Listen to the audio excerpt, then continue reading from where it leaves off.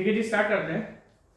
Steel structures हम लोग पढ़ रहे थे, तो स्टील स्ट्रक्चर्स में हमने unit number 1 fasteners, welding, bolts and rivets को कंप्लीट कर लिया था और उसके हमने सफिशिएंट ऑब्जेक्टिव क्वेश्चंस कर लिए थे जितना आपके एग्जाम्स में आ सकते हैं for JE and A exams. IAS में भी बैठेंगे, बट मैं ये नहीं बोलूंगा 100% बैठेंगे, बट हाँ जेई और ए एग्जाम्स में आपके सारे क्वेश्चंस बैठेंगे। तो जब यूनिट नंबर 1 मैंने आपको स्टील स्ट्रक्चर्स में कंप्लीट कराई थी, मतलब उसके ऑब्जेक्टिव क्वेश्चंस कराए थे, तो हमने थोड़ा बहुत उसका कॉन्सेप्ट भी पढ़ा था। देखो मैं आपसे पहले भी बोलता हूं, अभी अगर आप स्टील के फर्स्ट यूनिट हम कंप्लीट कर चुके थे, अगर मैं स्टील की यूनिट नंबर 2 के बारे में बात करूं तो यूनिट नंबर 2 क्या है? यूनिट नंबर 2 आपकी टेंशन मेंबर्स। यूनिट नंबर 3 क्या है? Compression member. यूनिट नंबर 4 क्या है? बीम्स है या फ्लेक्सुरल मेंबर्स है। फिर आपका प्लास्टिक एनालिसिस है, फिर प्लेट गर्डर है और इंडस्ट्रियल रूफ्स। तो ये कुछ टॉपिक्स है। क्या क्या बोला मैंने आपसे? देखो सबसे पहले हमने फास्टनर्स कर लिया। फास्टनर्स के बाद हम सेकंड यूनिट जो हम स्टार्ट करेंगे आज वो है आपकी टेंशन मेंबर्स। टेंशन मेंबर के बाद कंप्रेशन मेंबर। कंप्रेशन मेंबर के बाद आपकी बीम्स या फ्लेक्सुरल मेंबर्स। बीम के बाद आपका industrial roof, plastic analysis and girder, plate girder. ये जितने टॉपिक्स मैं आपसे डिस्कस कर रहा हूं सारे के सारे जेई और ए एग्जाम्स में आते हैं, ठीक है।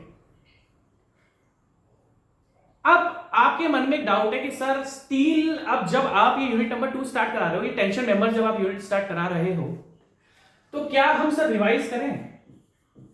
जो थ्योरी आपने हमें पढ़ाई थी सर, क्या वो थ्योरी हम रिवाइज करें? मैं बोलूंगा बिल्कुल भी मत करना। आप जो बोलोगे सर जो थ्योरी आपने पढ़ाई थी वो हम रिवाइज करें, मैं बोलूंगा आप बिल्कुल भी मत करना। स्टील स्ट्रक्चर एक बहुत ही कॉम्प्लिकेटेड सब्जेक्ट है, एक बहुत अजीब सब्जेक्ट है। और मैंने आपको पहले बताया था अजीब सब्जेक्ट इसलिए है क्योंकि इसकी बुक्स अच्छी मेरे को मिली नहीं। तो आपको कहां से मिलेगी? स्टील स्ट्रक्चर्स की बुक्स बहुत अजीब लैंग्वेज में लिखी हुई है। जितनी भी बुक्स मैंने देखी आज तक, मुझे एक भी स्टील स्ट्रक्चर की बुक अच्छी लैंग्वेज में नहीं मिली। जैसे बीएमसी की बुक है, बहुत अच्छी है। सॉम की बुक है, बहुत अच्छी है। फ्लूइड मैकेनिक्स की बुक्स है, बहुत अच्छी है। इवन स्ट्रक्चरल एनालिसिस की भी बुक्स बहुत अच्छी है। पर स्टील स्ट्रक्चर एक ऐसा सब्जेक्ट है जिसकी बुक्स ही अच्छी नहीं है, तो इसलिए वो आपको समझ में नहीं आता। आप बीएमसी खुद पढ़ लेते हो, क्यों पढ़ते हो? क्योंकि आपको पता है बीएमसी की लैंग्वेज अच्छी है बुक की, आप खुद भी पढ़ो समझ में आता है। बट स्टील की लैंग्वेज, स्टील की बुक्स की जो लैंग्वेज है वो बड़ी अजीब है, ठीक है। अब सर आपने सेकंड यूनिट स्टार्ट कर दी टेंशन मेंबर, तो क्या इसमें मैं रिवाइज करूं? बिल्कुल भी मत करना, क्योंकि जितने क्वेश्चंस करा रहा हूं उतने ही क्वेश्चंस एग्जाम्स में आने वाले हैं आपके, कुछ भी अलग नहीं आएंगे। उतने क्वेश्चंस आपको एग्जाम में मिलेंगे, कुछ अलग नहीं आने वाला। दूसरा, जितने क्वेश्चंस मैं कराऊंगा सब में मैं रिवीजन आपके सामने करवाने वाला हूं। जितने भी क्वेश्चंस मैं आपके सामने कराऊंगा सबके रिवीजन में आपके सामने करवाने वाला हूं, ठीक है। अब हम अगर आगे के टॉपिक की बात करें, देखो ध्यान से देखना। टेंशन मेंबर, फास्टनर्स, स्टील की यूनिट नंबर 1 आप लोग बहुत अच्छे से पढ़ते हो। स्टील की यूनिट नंबर 1 आप बहुत अच्छे से पढ़ते हो। क्यों? क्योंकि एक नया सब्जेक्ट स्टार्ट होता है तो आप अपनी पूरी ताकत लगा देते हो स्टील को समझने में। तो हर बच्चे की स्टील की यूनिट नंबर 1 अच्छी होगी, क्योंकि वो सोचता है कि जिस तरीके से मैंने बीएमसी कंप्लीट करी, जिस तरीके से मैंने फ्लूइड मैकेनिक्स कंप्लीट करा, जिस तरीके से मैंने स्वयं कंप्लीट करा, जिस तरीके से मैंने सर्वे कंप्लीट करा, उसी तरीके से मैं स्टील भी कंप्लीट करूंगा। बच्चा पूरी ताकत लगा देता है स्टील स्ट्रक्चर्स में, बट पहली यूनिट के आते आते वो थक जाता है और सेकंड यूनिट में वो अपना कॉन्फिडेंस को लूज कर देता है। कहने का मतलब क्या है? टेंशन मेंबर में आपको स्टील डायरेक्ट चालू करा रहा हूं, बट आपको कुछ भी रिवाइज करने की जरूरत नहीं है, क्योंकि जितने क्वेश्चन करा रहा हूं उतने एग्जाम्स में, ठीक है। अब अगर मैं आपसे ज्यादा टाइम वेस्ट करते हुए अगर आपसे आगे की बात डिस्कस करूं, व्हाट आर टेंशन मेंबर्स, कम से कम 1 मिनट का इंट्रोडक्शन या 10 सेकंड या 20 सेकंड का इंट्रोडक्शन तो बनता है भाई। सर ने लिखा हुआ टेंशन मेंबर, मैंने लिखा हुआ टेंशन मेंबर, तो टेंशन मेंबर्स हैं क्या? तो ये सिंपल सी बात है, ऐसे मेंबर। और कौन से मेंबर? स्टील के मेंबर्स। हम स्टील स्ट्रक्चर्स पढ़ रहे हैं तो ऑब्वियसली हम जो स्ट्रक्चर्स पढ़ेंगे या हम जो मेंबर्स पढ़ेंगे वो ऑब्वियसली स्टील के ही होंगे। ऐसे स्ट्रक्चर्स जो स्टील के बने हुए हो, ऐसे स्ट्रक्चर्स या मेंबर्स जो स्टील के बने हुए हो और जिनके ऊपर टेंसाइल फोर्स लग रहा हो, जिनके ऊपर टेंसाइल फोर्स लग रहा हो और मेंबर को अपने अंदर टेंसाइल स्ट्रेस डेवलप करना पड़े, और मेंबर को अपने अंदर टेंसाइल स्ट्रेस डेवलप करना पड़े, उसको हम क्या बोलते हैं? Tension member. सिंपल सी बात है, tension member is defined as जिसके ऊपर भैया जो स्टील से बना हुआ, दूसरा जिस उसके ऊपर टेंसाइल फोर्स लगा हुआ, और मेंबर अपने आप को बचाने के लिए अपने अंदर क्या जनरेट करेंगे? टेंसाइल स्ट्रेस जनरेट करेंगे, ठीक है। अगर हम बात करें, देखो टेंशन में अगर हम बोले कि अगर मैं जनरल भाषा में बोलूं कि टेंशन मेंबर कहां का यूज होते हैं, आपने केबल एंड सस्पेंशन ब्रिज देखा होगा। केबल सस्पेंशन ब्रिज में क्या होता है? जो डेक स्लेब होता है वो वायर्स, आपने मैं दिखा देता हूं ना आपको, कुछ इस तरीके से देखा आपने, ऐसे ब्रिज होता है, ठीक है, एक सेकंड, इस तरीके से ब्रिज होता है। इसमें क्या होते हैं, केबल एंड सस्पेंशन ब्रिज। के अंदर क्या है, इसके अंदर आपके क्या है, वायर्स हैं, केबल्स हैं। तो अब ये जो वायर्स और केबल्स होते हैं, भाई देखो ये डेस्क ले भाई, यहाँ पर आपकी गाड़ियां चलेंगी, तो भाई यहाँ पर आप इस तार को खींचने की कोशिश करोगे, आप क्या डाउनवर्ड फोर्स लगाओगे ड्यू टू ग्रेविटी, तो इन वायर्स के अंदर क्या होगा, टेंसाइल फोर्स डेवलप होगा। ये जरूरी नहीं है कि ओनली वायर्स और केबल्स के बीच में ही होता है, क्या बहुत सारे शेप्स हैं। अगर मैं बात करूं आपसे, बहुत सारे स्ट्रक्चर शेप है, लाइक हम ऐसे बहुत सारे स्ट्रक्चर्स यूज करते हैं जिसमें हम डिफरेंट सेक्शन यूज करते हैं। भाई सिंपल सा फंडा आपको याद रखना है, टेंशन मेंबर्स क्या है, जिसके अंदर टेंसाइल फोर्स लगा हुआ और उस मेंबर को अपने अंदर टेंसाइल स्ट्रेस जनरेट करना पड़ा है। लाइक अगर यहाँ पर वायर्स है, केबल्स है, तो इनको अपने अंदर टेंसाइल स्ट्रेस डेवलप करना पड़ेगा ताकि ब्रिज अपने आप ब्रिज जो है वो कंसिस्टेंट रहे, ब्रिज में कुछ डिफॉर्मेशन ना आ जाए। अगर मैं आपसे बात करूं तो दूसरे भी मेंबर्स हैं, तो कहने का मतलब क्या है, बहुत सारे मेंबर्स हैं जिनके ऊपर टेंसाइल फोर्स लगता है, ठीक है। मैं ज्यादा डीप में नहीं जाऊंगा, और हाँ अगर मैं छोटा सा आपको बताने की कोशिश करूं तो सबसे कॉमनली टेंशन मेंबर होता है, तो सबसे कॉमनली टेंशन मेंबर होता है, उसकी शेप क्या होती है,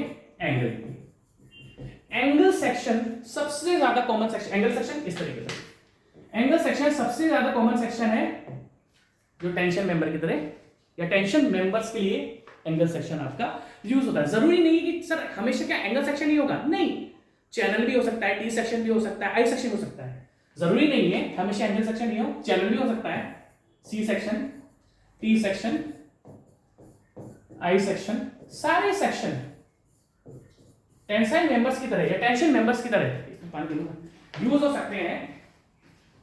पर जो सबसे कॉमन यूज होता है वो कौन सा होता है, हमारा एंगल सेक्शन। एंगल सेक्शन हमारा सबसे ज्यादा यूज होता है, ठीक है। हल्का सा 10-20 सेकंड का इंट्रोडक्शन मैंने दिया, जहां जहां पे जरूरत पड़ेगी, जहां जहां पर जरूरत पड़ेगी आपको मैं हर जगह कॉन्सेप्ट्स बताऊंगा, ठीक है। अब सबसे पहले एक चीज देख लेते हैं, क्वेश्चन नंबर 1 देखते हैं। व्हेन द इफेक्ट, मैं स्टार्ट कर रहा हूं डायरेक्ट, आपको जो देखो दो चीजें होती हैं सीरीज स्ट्रक्चर्स में, एक तो भाई साहब कॉन्सेप्ट है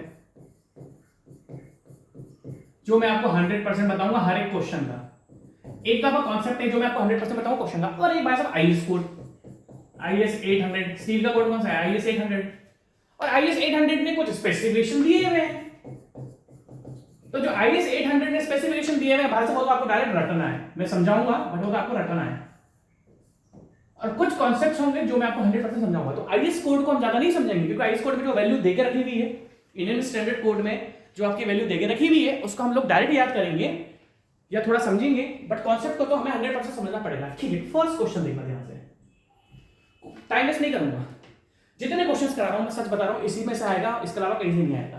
first question, when the effect of wind और सीस्मिक लोड, सीस्मिक मतलब अर्थक्वेक, व्हेन द विंड और seismic load is taken into account, the permissible tensile stresses specified may be exceeded by, देखो इसको बहुत सिंपल क्वेश्चन है, अभी question आपने बहुत बार सुना होगा, ध्यान से सुनना। इस क्वेश्चन को मैंने यूनिट नंबर 1 में बहुत बार कराया, क्यों भाई साहब, ये क्वेश्चन मैंने रिवेट के लिए भी कराया है, ये क्वेश्चन मैंने बोल्ट्स के लिए भी कराया है, वेल्डिंग के लिए भी कराया है, ये क्वेश्चन आपने 100 बार करा हुआ है। क्वेश्चन क्या बोलता है, क्वेश्चन ये बोलता है कि भाई मान लो कोई भी अगर एक स्ट्रक्चर है जिस पर कुछ भी लोड लगना था P और कुछ भी इसमें स्ट्रेस डेवलप हो रहा है स्मॉल p, तो अगर कोई ऐसा एरिया है, मेरी बात ध्यान से देखना, when the effect of wind और सीस्मिक लोड, एक ऐसा एरिया है जहां पर बहुत ज्यादा विंड है और जहां पर सीस्मिक लोड मतलब अर्थक्वेक के भी चांसेस हैं, जैसे आपका क्या है, अगर हम दिल्ली की बात करें तो दिल्ली में तो अर्थक्वेक आता रहता है ना, दिल्ली में तो अगर मैं अपने होम टाउन की बात करूं तो मेरे होम टाउन में अर्थक्वेक कम आता है बट दिल्ली में अर्थक्वेक ज्यादा आता है, तो दैट मींस दिल्ली ऐसा एरिया है, दिल्ली एक ऐसा एरिया है जहां पर आपको अर्थक्वेक को कंसीडर करना पड़ेगा। दिल्ली आपका एक ऐसा जोन है जहां पर आपको अर्थक्वेक को कंसीडर करना पड़ेगा। अब कहने का मतलब क्या है, मान लो कोई भी मेंबर है जिस पर कोई भी पी लोड लगा और इसके अंदर मान लो इस पर ये अभी मैंने कंप्रेसिव फोर्स बना दिया, मान लो ये टेंशन फोर्स, तो कंप्रेसिव को हटाओ, टेंसाइल फोर्स लगाओ। इस मेंबर में क्या फोर्स लगा हुआ है? टेंसाइल फोर्स लगा हुआ है। टेंसाइल फोर्स कौन सा फोर्स होता है? जो मेंबर्स को खींचने की कोशिश करता है। तो मेंबर के अंदर जो स्ट्रेस जनरेट हो गया वो क्या हो गया? आपका टेंसाइल स्ट्रेस जनरेट हो गया। टेंसाइल स्ट्रेस बहुत ध्यान से देना, बहुत आराम से पढ़ाऊंगा। बट इसमें लिखा है कि मान लो कोई ऐसा एरिया है जहां पर तो कुछ भी नहीं है, ना विंड है ना अर्थक्वेक है, वहां पर अगर आपने लोड लगाया तो वहां पर टेंसाइल स्ट्रेस लगेगा। बट अगर मान लो कोई ऐसे एरिया जहां पर विंड भी और अर्थक्वेक लोड भी है, तो जो आपके परमिसिबल टेंसाइल स्ट्रेसेस होते हैं ना, जो आपके परमिसिबल टेंसाइल स्ट्रेसेस होते हैं ना भाई साहब, वो क्या होते हैं? इंक्रीज हो जाते हैं। कहने का मतलब क्या है? ध्यान से देखना, आपको बहुत ही ज्यादा ध्यान से देखना पड़ेगा। अभी इस पर स्ट्रेस कितना लग रहा था? P। फोर्स कितना लगा? P। स्ट्रेस का जनरेट हुआ P। अगर इसी मेंबर, अभी मैंने यहाँ पर ना इस एरिया में ना विंड है ना अर्थक्वेक है, बट अगर इसी मेंबर को मैं ऐसे एरिया में यूज करता हूं जहां पर विंड भी है और अर्थक्वेक भी है, तो वहां पर ये स्ट्रेस इंक्रीज हो जाता है। ये स्ट्रेस क्या होता है? इंक्रीज हो जाता है। कैसे? कहने का मतलब क्या है? ध्यान से देखना। जब कुछ नहीं था तो हमने माना कि जो स्ट्रेस है वो P जनरेट हो रहा था, फोर्स लगा P, स्ट्रेस, फोर्स को एरिया से डिवाइड कर दूंगा स्ट्रेस आ जाएगा, फोर्स को एरिया से डिवाइड करूंगा स्ट्रेस आ जाएगा। आपको एक्स्ट्रा स्ट्रेसेस कंसीडर करने पड़ते हैं। यहां पर जो स्ट्रेस जनरेट हो रहा है स्मॉल p, वो ओनली लोड की वजह से है। बट अगर अर्थक्वेक भी इसमें लग रहा है तो हमें इसमें एडिशनल स्ट्रेसेस कंसीडर करने पड़ेंगे। एडिशनल स्ट्रेसेस हमें कंसीडर करने पड़ते हैं। यहां पर स्मॉल p लोड की वजह से, बट अगर विंड भी और अर्थक्वेक भी है तो हमें मानना पड़ेगा कि अब इस मेंबर में और ज्यादा एडिशनल स्ट्रेसेस डेवलप होंगे, क्योंकि विंड और अर्थक्वेक का भी तो लोड लगेगा। विंड और अर्थक्वेक का भी तो लोड लगेगा। अब आपको एक चीज बहुत अच्छी ध्यान से बताता हूं। एक होता है मेंबर्स, एक होता है फास्टनर्स। आई होप आपको समझ में आ रहा होगा। बहुत छोटा क्वेश्चन है बट बहुत ध्यान से समझा रहा हूं।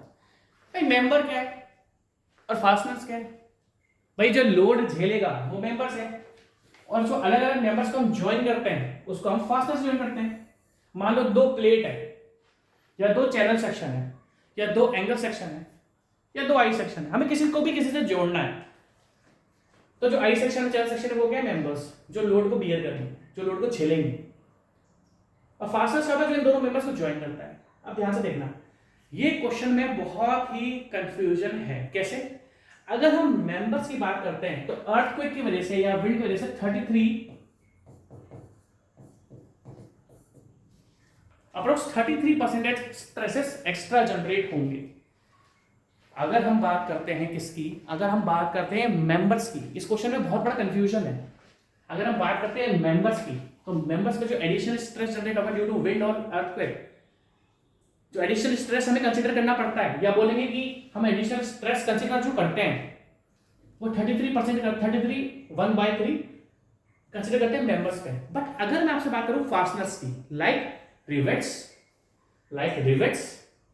बोल्ट्स या टेंशन रोड्स, जो भी टेंशन रोड्स थी, तो इसमें जो हम कंसीडर करते हैं वो करते हैं हम 25%। प्लीज ध्यान से देखना, फास्टनर्स में जो हम कंसीडर करते हैं वो होता है 25% एडिशनल स्ट्रेस जनरेट होगा इनकी वजह से, और मेंबर्स में 33.5%। अगर हम इसकी बात करें तो यहां पर क्वेश्चन में इसने ना इस क्वेश्चन में इसने मेंशन नहीं करा हुआ है मेंबर्स है, या इस क्वेश्चन में इसने कहीं भी मेंशन नहीं करा हुआ है मेंबर्स है या फास्टनर्स है। तो मैं इस क्वेश्चन के आपको दो आंसर बताऊंगा। मेंबर्स के लिए तो 33% है और फास्टनर्स के लिए 25% है। इसको जस्टिफाई करना पड़ेगा कि किसके लिए पूछ रहा है 33 एंड 1/3%। तो इन चीजों का आपको ध्यान रखना पड़ेगा। इजी क्वेश्चन है बट आपको ध्यान रखना पड़ेगा। नेक्स्ट क्वेश्चन, अगर मैं बोलूं कि फर्स्ट क्वेश्चन मैंने किसका कराया, फर्स्ट क्वेश्चन क्या मैंने कॉन्सेप्ट से कराया, क्या मुझे कुछ भी समझाना है? नहीं। फर्स्ट क्वेश्चन आपका है only on the basis of IS code. IS code ने जो बोला वो हमने रख लिया, ठीक है। सेकंड क्वेश्चन, शुरुआत के 2-3 क्वेश्चन आपके किसके चलेंगे? शुरुआत के 2-3 क्वेश्चन चलेंगे आपके आईएस कोड के, ठीक है। नेक्स्ट क्वेश्चन, द मैक्सिमम, कुछ नहीं पढ़ना आपको, द मैक्सिमम परमिसिबल क्या होता है? जो अलाउ होता है। The maximum permissible slenderness ratio. अगर मैं आपसे पूछूं स्लेंडरनेस रेशियो होता क्या है, आप बोलोगे सर स्लेंडरनेस रेशियो हमने पढ़ा था L/R। What is R? Under root of I minimum by A. अगर मैं आपसे सिंपल सा फंडा पूछूं, what is slenderness ratio? Civil engineering में कहा स्लेंडरनेस रेशियो का काम क्या है? अगर मैं आपसे सिंपल सी चीज पूछूं, सिविल इंजीनियरिंग में स्लेंडरनेस रेशियो का काम क्या है, तो आप बोलोगे सर स्लेंडरनेस रेशियो हमने सॉम में पढ़ा था। सर देखो, स्लेंडरनेस रेशियो हमने कहा पढ़ा था? सॉम में पढ़ा था। ये एक ऐसा फैक्टर है, अगर मैं आपको शॉर्ट में बताऊं, स्लेंडरनेस रेशियो हमारी सिविल इंजीनियरिंग में कहां पर काम आता है? स्लेंडरनेस रेशियो एक ऐसा फैक्टर है जो कि मेंबर के बकलिंग को डिफाइन करता है। बकलिंग मतलब जो बैंड होता है उसको डिफाइन करता है। स्लेंडरनेस रेशियो एक ऐसा फैक्टर है कंस्ट्रक्शन में जो हमारे मेंबर्स होते हैं, स्लेंडरनेस रेशियो, चाहे वो कंप्रेशन मेंबर हो, चाहे वो टेंशन मेंबर्स हो, चाहे वो शियर मेंबर्स हो, कोई भी मेंबर्स हो, स्लेंडरनेस रेशियो एक ऐसा फैक्टर है जो कि मेंबर्स की बेंडिंग या बकलिंग को बताता है, कितना मुड़ेगा, कितना बैंड वो होगा। बकलिंग मतलब चेंज इन शेप, ठीक है। अब अगर मैं आपसे आगे की बात डिस्कस करूं, जितना ज्यादा मोर high more value of slenderness ratio means more chances of buckling, please ध्यान से देखना। जिस मेंबर का जितना ज्यादा स्लेंडरनेस रेशियो होगा, वो उतना ही ज्यादा आपका क्या करेगा, वो उतना ही ज्यादा आपका बैंड होगा, ठीक है।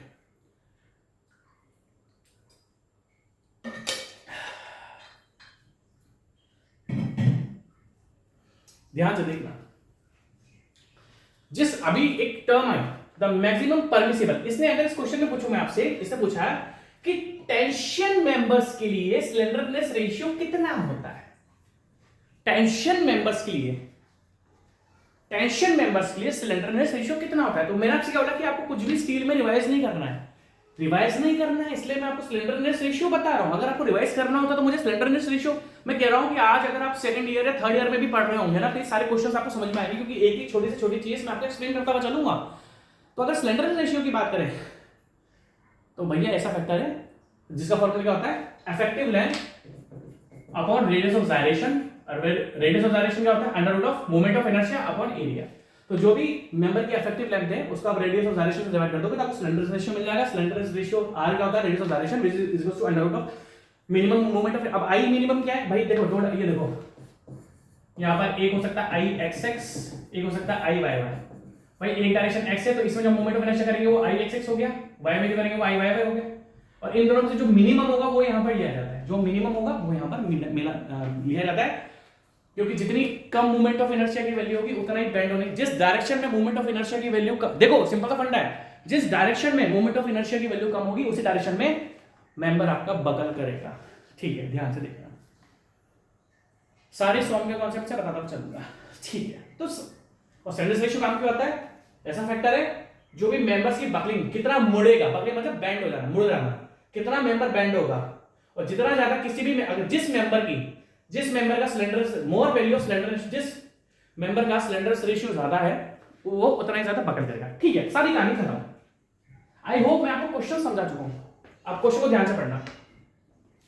The maximum permissible slenderness ratio of tension member subjected to reversal of stress, ध्यान से देखना। इसमें इस क्वेश्चन को तोड़ के पढ़ाऊंगा। द मैक्सिमम सबसे ज्यादा परमिसिबल जो अलाउड, कितनी वैल्यू अलाउड है मैक्सिमम, यार पानी की बोतल में हटा ही देता हूं सेक्शन को।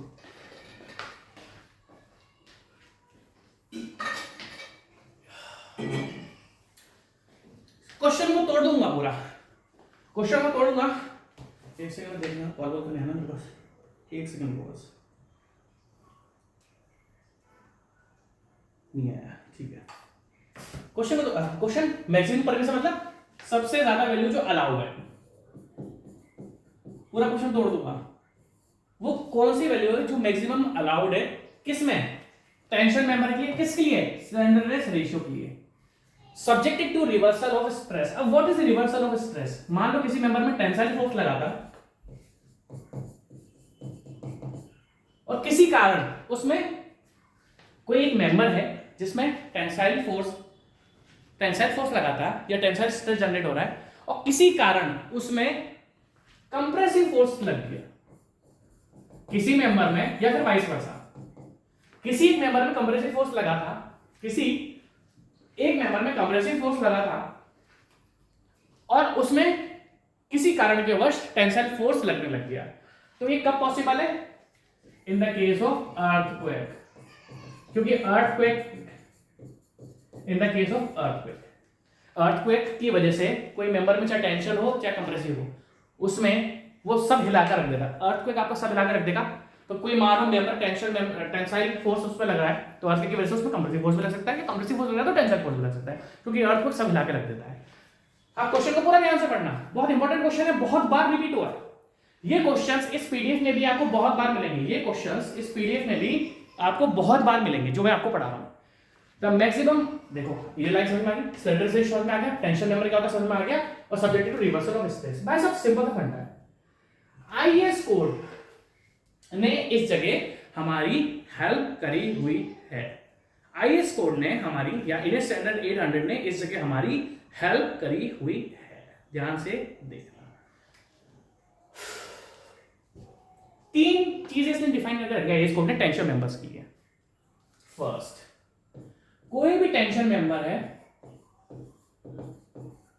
Tension member subjected to reversal of stress, reversal of stress, tension member subjected to reversal of stress. Reversal stress का मतलब क्या हो गया? विंड लोड लग गया, सीस्मिक लोड लग गया, मतलब अर्थक्वेक लोड लग गया।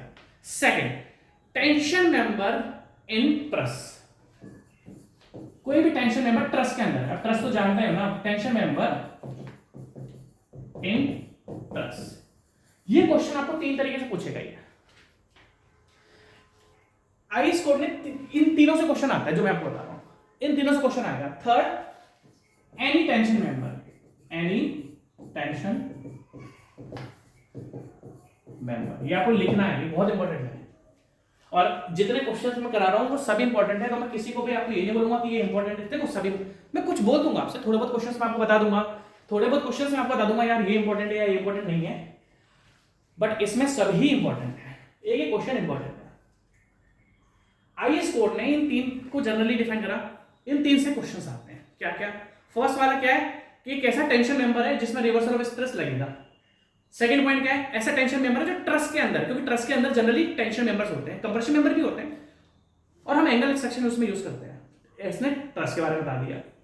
थर्ड, एनी टेंशन मेंबर, आपको ध्यान रखना है, ये डिफरेंट डिफरेंट कंडीशंस हैं। आईएएस कोड ने सबके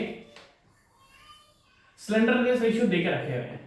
सबसे पहली कंडीशन है tension member subjected to reversal of stress, मतलब उस पर रिवर्सल ऑफ स्ट्रेस लगेगा ही लगेगा। तो इसका आईएएस कोड ने क्या दे रखा है? 180। इसका जो मैक्सिमम अलाउएबल स्लेंडरनेस रेशियो है, जो मैक्सिमम अलाउएबल स्लेंडरनेस रेशियो है, कोई ऐसा स्ट्रक्चर है जिसमें अर्थक्वेक की वजह से रिवर्सल ऑफ स्ट्रेस लग रहा है, तो उसमें जो आप मैक्सिमम स्लेंडरनेस रेशियो रख सकते हो वो कितना रख सकते हो? 180। अभी 180 के साथ है lambda is equal to effective length upon radius of gyration.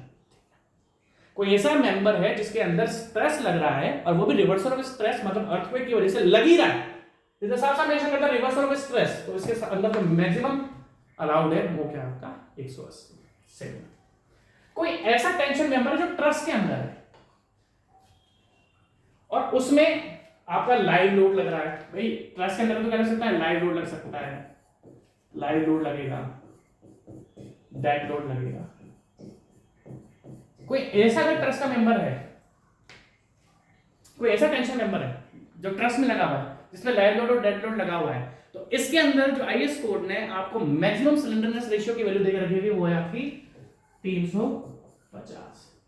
कोई ऐसा टेंशन मेंबर है जिसमें reversal of stress, continue reversal of stress लगेगा, वो क्या आपका? 180 मैक्सिमम स्लेंडरनेस रेशियो का आईएएस कोड ने अलाउ करा है। सेकंड, ऐसा टेंशन मेंबर है जो ट्रस्ट का है जिसमें लाइव लोड और डेड लोड लग रहा है, और कभी कभार मे बी अगर रिवर्सल ऑफ स्ट्रेस लगता है तो 350। और अगर वो किसी भी टेंशन, अगर उसने ये जस्टिफाई, ये उसने मेंशन नहीं करा इन दोनों के बारे में, अगर वो लिख रहा है only for any tension member, only for any tension member, तो इसकी वैल्यू है 400।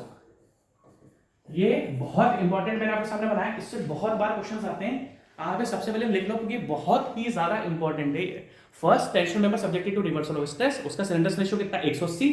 सेकंड टेंशन मेंबर ट्रस जिसमें लाइव लोड डेड लोड और may be reversal of stress लगे उसमें 350, और अगर इन दोनों के बारे में मेंशन नहीं करा और लिखा एनी टेंशन मेंबर तो उसके अंदर आपका 400। ध्यान से देखना इस क्वेश्चन को, ऐसे क्वेश्चंस बहुत ज्यादा आते हैं। मैं आपको इस क्वेश्चन में जोर इसलिए दे रहा हूं, छोटा सा क्वेश्चन है बट बहुत बार क्वेश्चंस में एग्जाम्स में आया है, ठीक है। क्वेश्चन नंबर 2 समझ में आ गया। क्वेश्चन नंबर 3 देखते हैं। The maximum permissible slenderness ratio of tension member in truss. Second option क्या था हमारा कि कोई ट्रस का मेंबर है जिसके अंदर टेंसाइल फोर्स या टेंशन, जो टेंसाइल फोर्स लग रहा है तो हम क्या बोलेंगे tension members. The maximum permissible slenderness ratio of tension member in truss कितना था भैया 350। लास्ट वाला क्या था कोई भी मेंबर जिसके अंदर टेंसाइल फोर्स लगा हुआ है, अगर ये दो कंडीशंस मेंशन नहीं है तो उसके अंदर कितना 400, ठीक है। हाँ फोर्थ वाले का एक डाउट है आपको, अगर first reversal of stress, second interest, third मैंने आपको लिखा कंफ्यूज मत होना, थर्ड क्या था 400। एनी टेंसाइल मेंबर मतलब ऐसा टेंसाइल मेंबर जिसके अंदर ऑलवेज सेम टेंसाइल फोर्स लगा हुआ। समझ लो मेरी बात, फर्स्ट वाले में चेंज था, सेकंड वाले में ट्रस है, थर्ड वाले में एनी टेंसाइल मेंबर जिसके अंदर हमेशा टेंसाइल फोर्स ही लग रहा है, जिसके अंदर कभी भी रिवर्सल ऑफ, देखो रिवर्सल ऑफ स्ट्रेस है, सेकंड वाले में ट्रस में मैंने आपको बोला ट्रस में भी रिवर्सल ऑफ स्ट्रेस हो सकता है मे बी, देखो फर्स्ट वाले में तो कंफर्म्ड है रिवर्सल ऑफ स्ट्रेस है, सेकंड वाले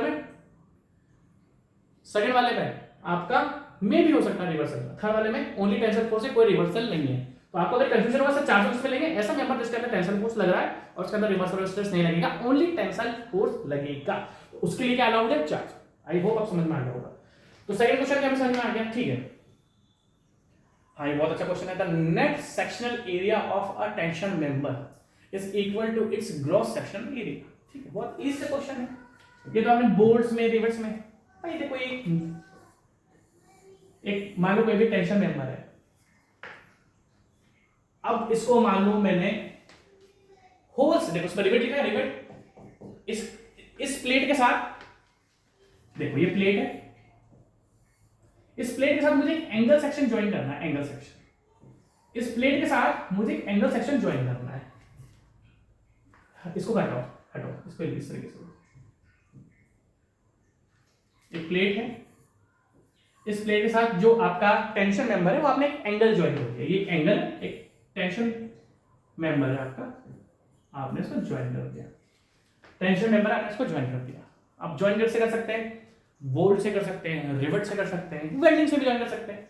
तो अभी इन्होंने रिवेट लिखा हुआ, चारों ऑप्शन में देखो रिवेट हो रिवेट हो रिवेट, तो इसको चारों ने रिवेट से ज्वाइन करा हुआ है, तो हमें इसमें क्या करना पड़ेगा, इसमें होल करना पड़ेगा और इसको रिवेट से ज्वाइन करना पड़ेगा।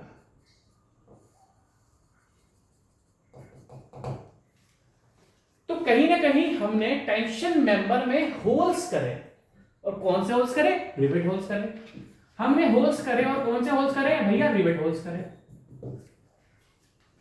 तो जो भी मेरा एरिया है भाई साहब, जो भी मेरा एरिया है, मान लो चाहे प्लेट हो चाहे वो एंगल हो, प्लेट भी है चाहे एंगल भी, इसमें से आपको होल का एरिया, देखो जब आपने होल नहीं करे थे तो जो एरिया होता है वो होता है आपका ग्रॉस एरिया, ग्रॉस एरिया। जब आपने होल नहीं करे थे तो कौन सा एरिया होगा, ग्रॉस एरिया। जब आपने होल कर दिए तो उसको हम क्या बोलते हैं, नेट एरिया, और ये नेट एरिया ही हमारे काम का होता है। जब मान लो ये प्लेट है इसमें कोई होल नहीं है तो ये हो गया ग्रॉस एरिया। अब आपने इसमें होल्स कर दिए तो क्या हुआ, होल का एरिया डिडक्ट हो गया, होल्स का एरिया क्या हो गया आपका, डिडक्ट हो गया, कम हो गया, होल्स का एरिया आपका कम हो गया। तो अब मान लो कोई प्लेट थी या कोई एंगल सेक्शन है, अगर उसमें मैं होल कर रहा हूं तो वो जहां से हमने होल कर दिया, जहां से हमने होल कर दिया, जहां पर हमने होल कर दिया, तो भाई साहब वो थोड़ी अब आपका स्ट्रेस को बियर करेगा, स्ट्रेस नहीं झेल पाएगा वो।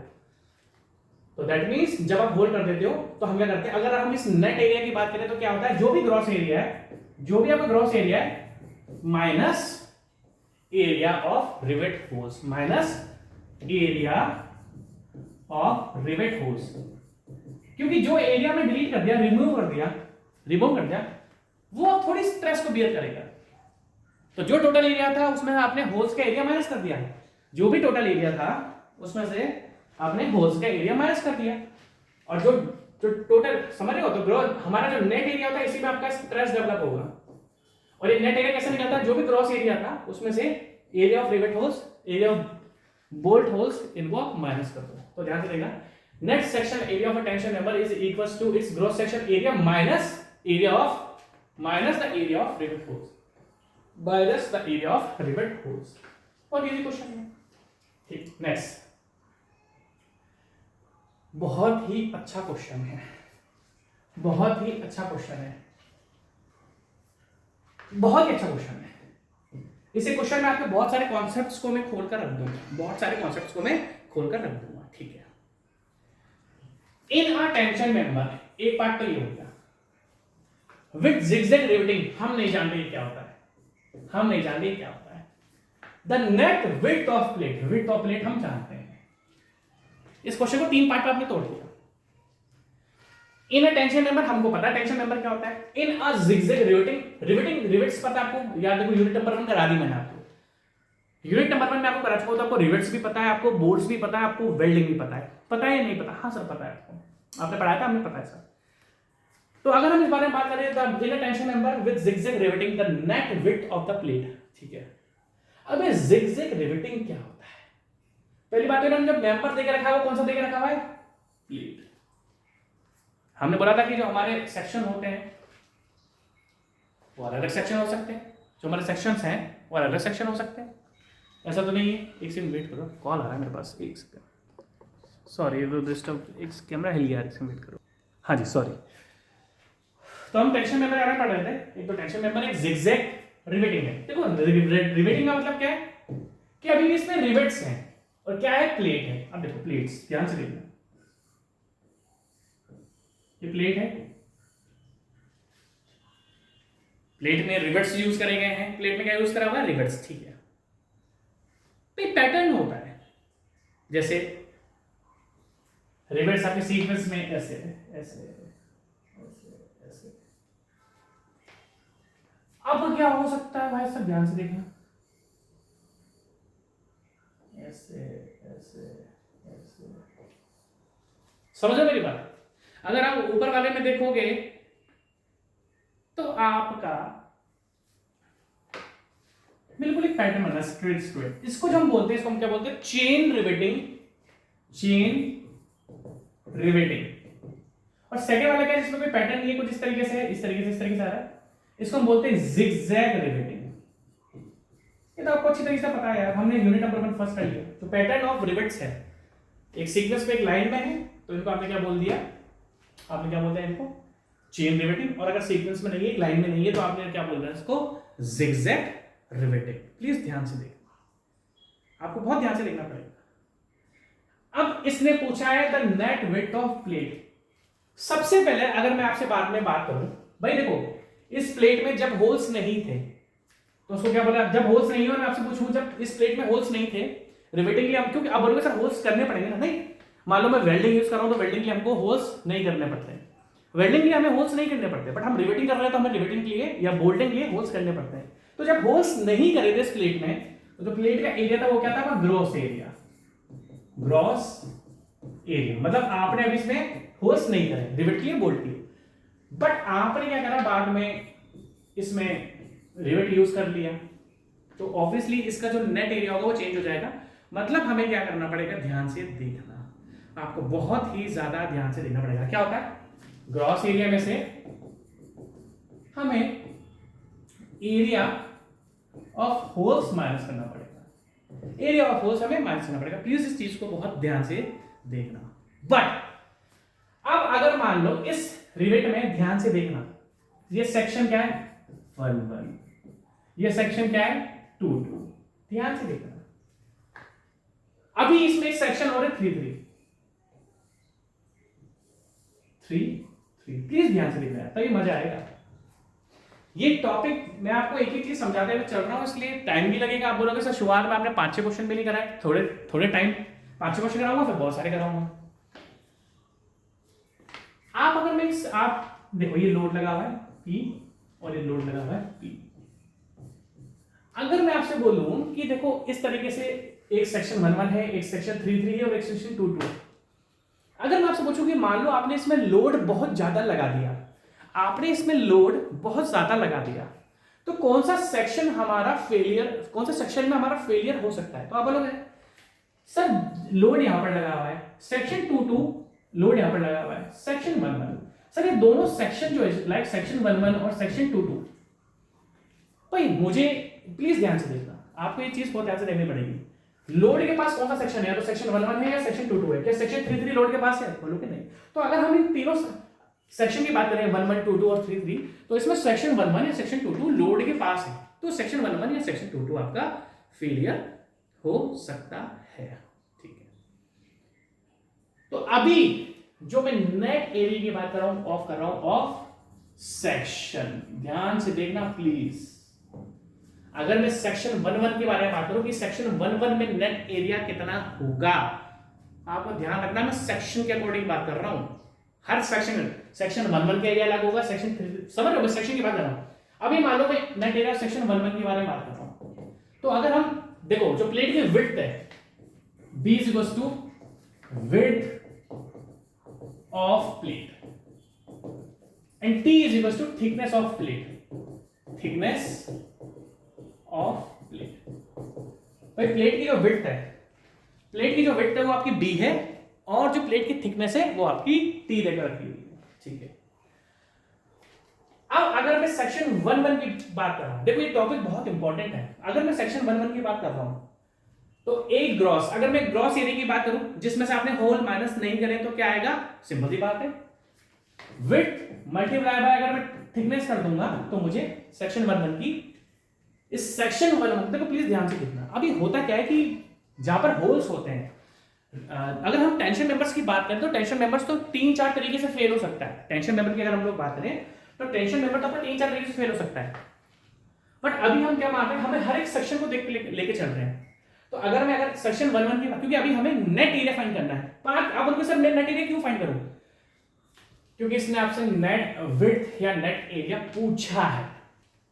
आप बोलोगे सर ये टेंशन मेंबर तो बहुत तरीके से फेल हो सकता है ना, तो आप ये क्यों मान रहे हो कि जहां पर रिवेट से अभी इसी से फेल होगा?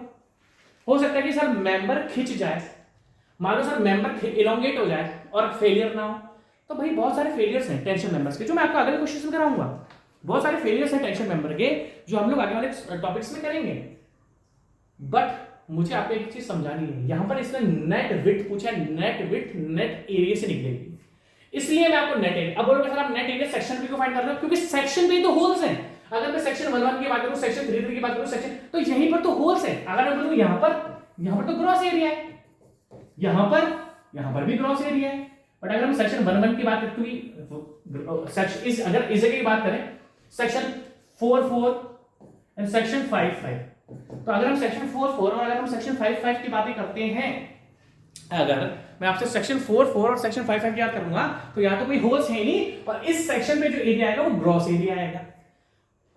तो यहां पर तो इसने पूछा नहीं, इसने आपसे नेट पूछा है, और वो भी देखा जिगजैग। इसने आपसे नेट पूछा है, वो भी पूछा है इसने आपसे जिगजैग। अब प्लीज ध्यान से देखना, मान लो हम सेक्शन 1 की बात करते हैं। इस सेक्शन 1 की अगर मैं बात करूं तो प्लेट की चौड़ाई कितनी है, विड्थ कितनी है b, इसकी थिकनेस से मल्टीप्लाई कर दूंगा तो मुझे ग्रॉस एरिया मिल जाएगा। बट मुझे यहां पर एरिया ऑफ होल्स भी तो माइनस करना है, माइनस एरिया ऑफ होल्स। इस सेक्शन 1 में आपको कितने होल्स दिख रहे हैं? 2, मान लेते हैं n। इस सेक्शन ऑफ होल्स में आपको, इस सेक्शन 1 में आपको कितने होल्स दिख रहे हैं? 2, 3 हो सकते थे 4, तो मैंने n लिख दिया। n का मतलब जितने नंबर ऑफ होल्स सेक्शन में होंगे। भाई ध्यान रखना, आपको शायद अभी मजाक लग रहा हो, टेंशन मेंबर्स बहुत ही टिपिकल यूनिट है। इवन स्टील स्ट्रक्चर्स में हमें जितना भी आपको यूनिट नंबर 1 तो समझ में आती है, यूनिट नंबर 2, 3, 4, 5, 6 समझ में नहीं आएंगी। इसलिए आपको एक ही चीज ध्यान से देखनी है, सेक्शन 1 में समझ में आ गया, gross area b into T, width into thickness, हमें ग्रॉस एरिया मिल जाएगा। और बात करते हैं इस अभी सेक्शन 1 में कितने होल्स हैं? 2, तो मैंने n लिख दिया। n मतलब अगर 3 होते तो 3 लिखता, 4 होते तो 4 लिखता, into diameter of holes d not. What is d not? What is d not? Diameter of holes. भाई इतने तो आपके क्या है? होल्स हैं, multiply by thickness of plate. आप प्लीज ध्यान से देखना, वरना ये टॉपिक आपका गायब हो जाएगा। तो अगर मैं आपसे पूछूं कि सेक्शन 1 में आपका नेट एरिया कितना है, तो ग्रॉस कितना था? b इंटू टी, माइनस कितने n नंबर ऑफ होल्स है?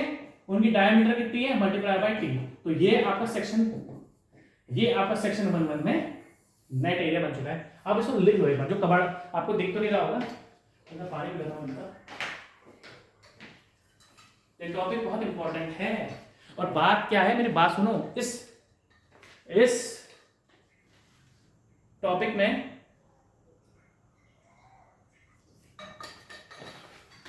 आपसे जिगजैग रिवेटिंग, अब देखो मेरे पास इस पेज में जगह नहीं है, इस पेज में मेरे पास जगह नहीं है, तो इसके लिए मैं क्या करूंगा, आपका इसको मिटाऊंगा। तो आपने लिख लिया कि अगर इस तरीके से चेन रिवेटिंग आती है, चेन बोल्टिंग आती है, तो अगर हम किसी भी सेक्शन का अगर नेट एरिया लेंगे, तो जो प्लेट की थिकनेस है, जो प्लेट की विड्थ है, minus n number of holes, जितने भी हो 2 3 4 5 into diameter of hole into thickness of plate. ध्यान रखना।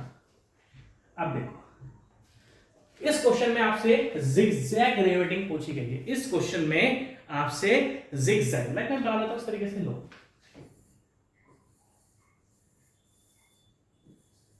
ये लो, हमें थोड़ा zigzag riveting, this is called zigzag और स्टैगर्ड, जिगजैग और स्टैगर्ड, जिगजैग और स्टैगर्ड। ध्यान से देखना है, बहुत इंपॉर्टेंट है ये। अगर इस टॉपिक को ध्यान से नहीं देखा, वैसे मैं इस क्वेश्चन को लास्ट तक लेता हूं, बट आपको थोड़ा ध्यान से देखना पड़ेगा। ठीक है, ध्यान रखना। ठीक है, यहां पर आपने नोट लगा दिया P, यहां पर आपने नोट लगा दिया P।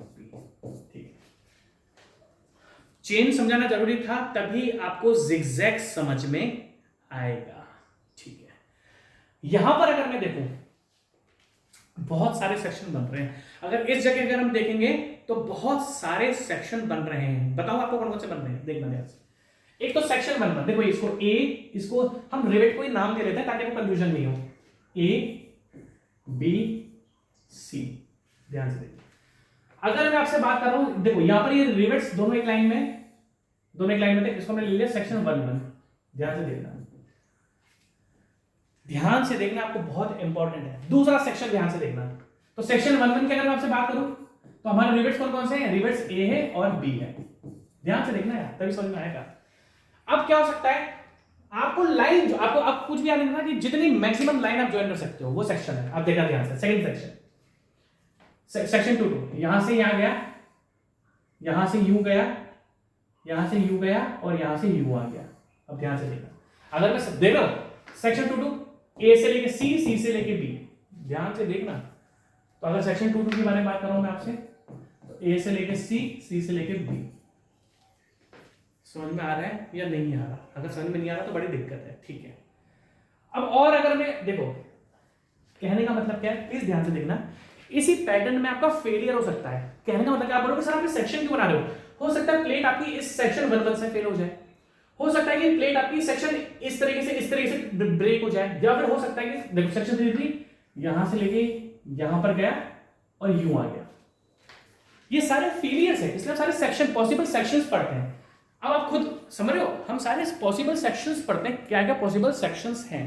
अब आप ध्यान से देखना। अब हम पैटर्न देखो, हम सेक्शन 2 देखेंगे। 2 कैसे गया, यहां से क्रैक हुआ, ध्यान से देखना, यहां से क्रैक हुआ, यूं गया, यहां से, समझ लो, ध्यान से देखना। अब अगर हम सेक्शन 2 को देखते हैं, ध्यान से देखोगे तभी समझ में आएगा, वरना बिल्कुल भी समझ में नहीं आएगा। ठीक है,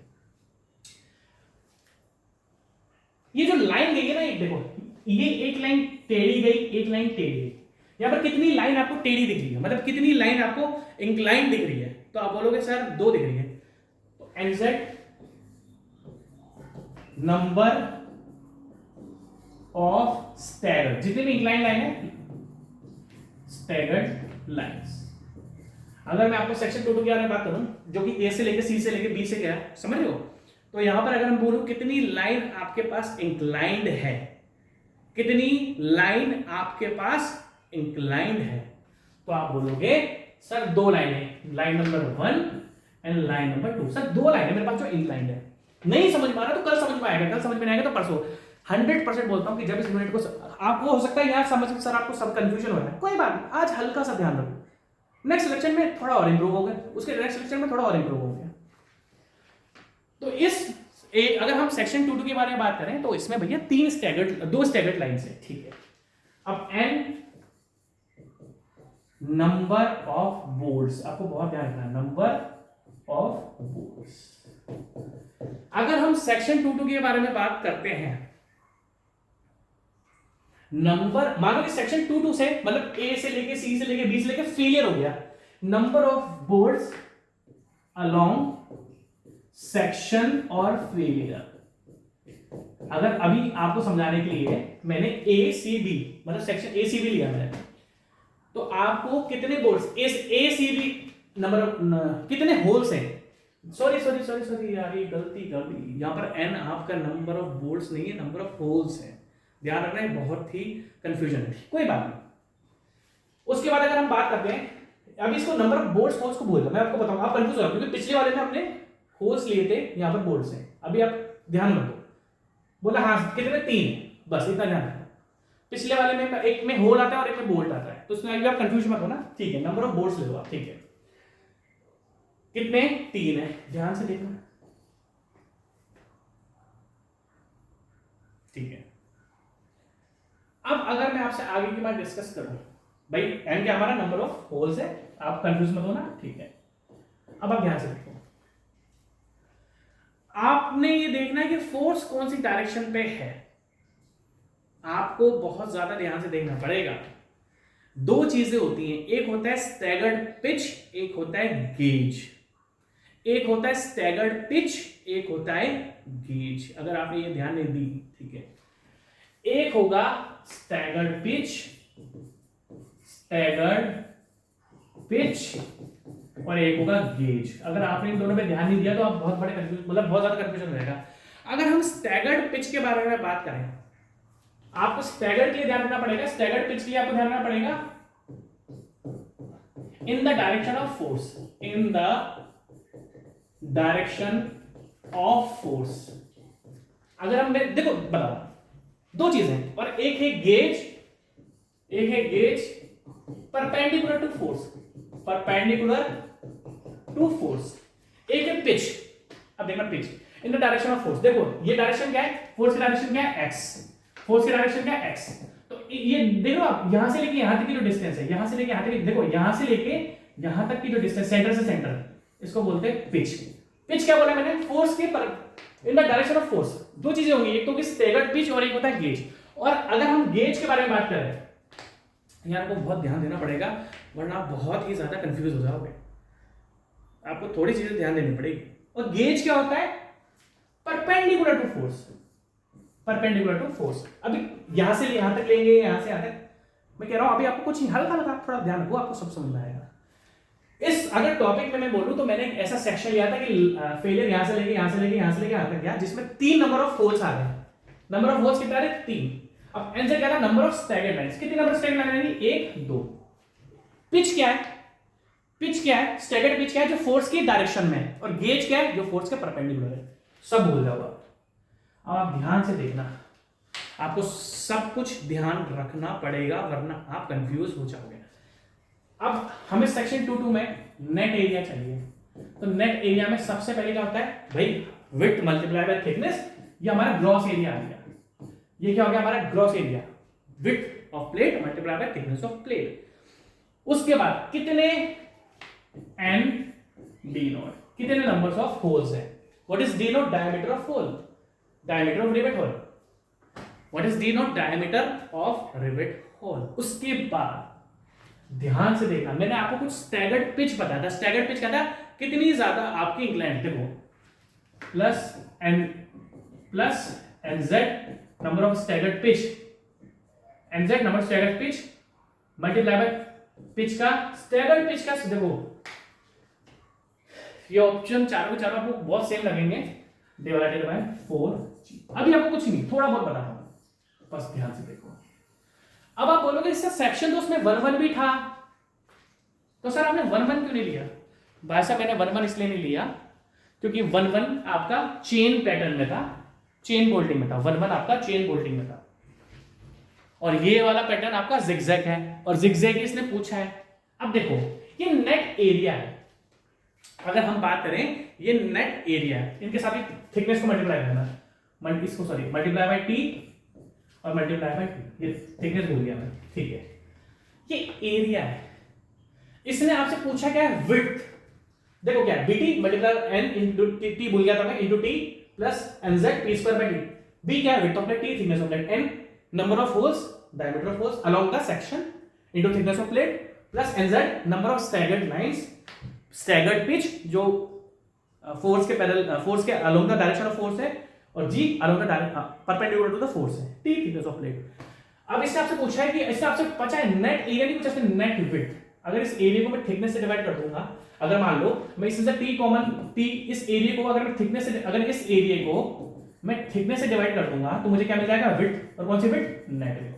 तो आपको इस पूरे फॉर्मूले से टी गैप करना है, एक गैप करो, दो गैप करो, तीन गैप करो, और यहां से आपका B minus n d plus n z, मतलब इसमें एन जेड देके नहीं रखा हुआ है तो आपको ध्यान रखना है, plus P square by 4g। कौन सा नंबर 1 है, ताकि इसको मैं आपको और क्लियर करूंगा, थोड़ा सा मुझे टाइम दे दो, इसको हम और अच्छे से क्लियर करेंगे। Take care, bye bye.